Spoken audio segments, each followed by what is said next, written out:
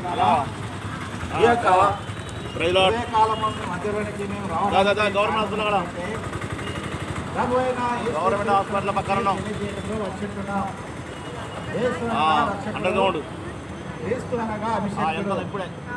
సర్వ మానవులను పరలోక రాజ్యము తీసుకువెళ్లాలన్న ఉద్దేశంతో ప్రభువైన యేసుక్రీస్తు వారు డిసెంబర్ 25వ తారీఖు నాడు ఈ లోకంలో జన్మించినట్టు అనేకమైన లేఖనములు చెప్తా ఉంటున్నాయి. అదేవిధంగా ప్రభువైన యేసుక్రీస్తు వారు మన కొరకు ఈ లోకానికి వచ్చి మానవాళి కొరకు ఆయన చనిపోయి బుధులను తెలియజేస్తున్నాడు. కాబట్టి నా ప్రేమైన స్నేహితుడా, ప్రభువైన యేసుక్రీస్తు వారిని ఏ విధంగా ప్రేమించను కాగా తన అతిథ్య కుమారుడిగా పుట్టిన వారి విశ్వాసముతో ప్రతివాడు కూడా నశింపక నిత్య జీవం పొందునని దేవుని యొక్క వాక్యము సెలవిస్తూ ఉంటున్నది. నేనే మార్గమును సత్యమును జీవమును నా ద్వారానే తప్ప ఎవరు కూడా పరలోక రాజ్యంలోనికి ప్రవేశింపలేరని ప్రభువైన యేసుక్రీస్తు వారు ఆయనను ప్రేమతో పిలుస్తూ ఉంటున్నాడు. కాబట్టి నా ప్రేమైన స్నేహితుడా, ఆలోచించము. యేసుక్రీస్తు వారు పాపులను రక్షించడానికి లోకానికి వచ్చిన దేవుడుగా ఉంటున్నాడు. ఎవరైతే ఆయన దగ్గరికి వస్తారో వారిని ఆయన ప్రేమతో ఆహ్వానిస్తూ ఉంటున్నాడు. కాబట్టి నా ప్రేమైన స్నేహితుడా, ఆలోచించము.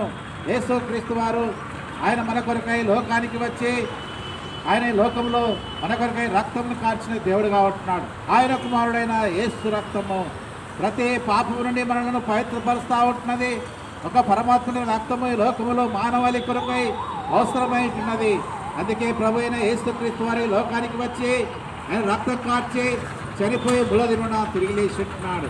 కాబట్టి నా ప్రేమైన స్నేహితుడా, ఈ సంతోషంలో మీరు కూడా పాలు పొందాలని, ఈ సంతోషంలో మీరు కూడా ఆనందించాలని ఈ యొక్క ఉదయకాలము మీ మధ్యలోనికి మేము వచ్చి దేవుని యొక్క స్వార్థను ప్రకటిస్తూ ఉంటున్నాం.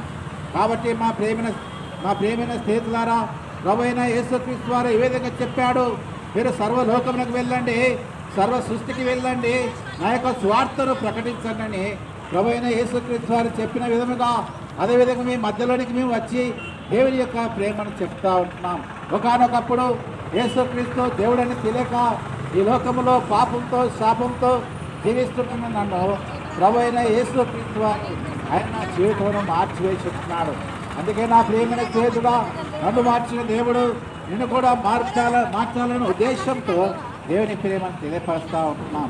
కాబట్టి నా ప్రేమైన స్నేహితుడా, ఆలోచించును.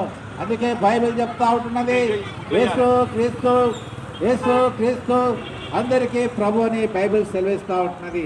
ఈ లోకంలో ఎవరేయలేని ప్రేమను, ఎవరేయలేని శాంతిని ప్రభు అయిన యేసు క్రీస్తు వారిని ఇవ్వడానికి ఆయనను పిలుస్తూ ఉంటున్నాడు.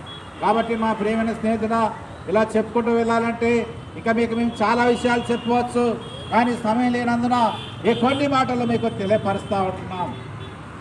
అదేవిధంగా మా దగ్గర సహోదరులు కొన్ని పుస్తకములు బైబిల్ నుంచి తీయబడిన విడిభాగములు చిన్న చిన్న పుస్తకములు తీసుకొస్తూ ఉంటున్నారు. తీసుకునండి, చదవండి, గ్రహించండి. పెరిగా అందులో ఎక్కువగా దేవుని యొక్క మాటలు ఉంటాయి. దేవుడు ఈ మాటలు దీవించును గాక. ఆమేన్.